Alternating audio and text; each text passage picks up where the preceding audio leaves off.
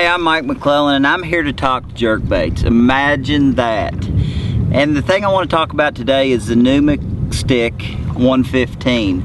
And I mean, as you can see by the array of colors, I mean, I've got right here in this box. I mean, have you ever seen factory paint jobs that are as custom as these baits? And I guess that's one thing that keeps me excited about working with SPRO, is just the fact that we have such an awesome array of colors to fish, you know, across the country. And the thing that's cool about this new McStick 115 is the fact, you know, you've all heard me talk about the fact that you want to fish a jerkbait slow. And I mean, when I'm talking about that, it's been in relation to that 110. The 110 is a cold water, specific situation bait that I utilize a lot in that pre-spawn period. But once those fish get up shallower, once they really get into that spawning mode, when they get up and start feeding on these shallow flat points or back in the backs of these pockets with bushes in them, we really didn't have a bait to fit that. So that's why I went to work with SPRO and developed the new 115.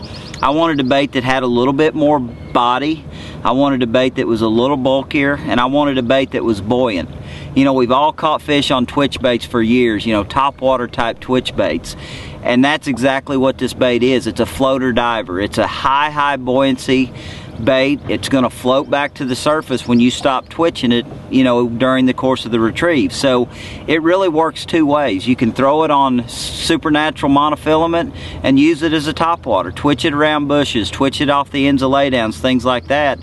But if you need a bait to just get up on the bank and cover water, keep a bait higher in the water column, the 115 is the bait for you. This bait's only designed to dive, you know, a maximum of about 4 feet.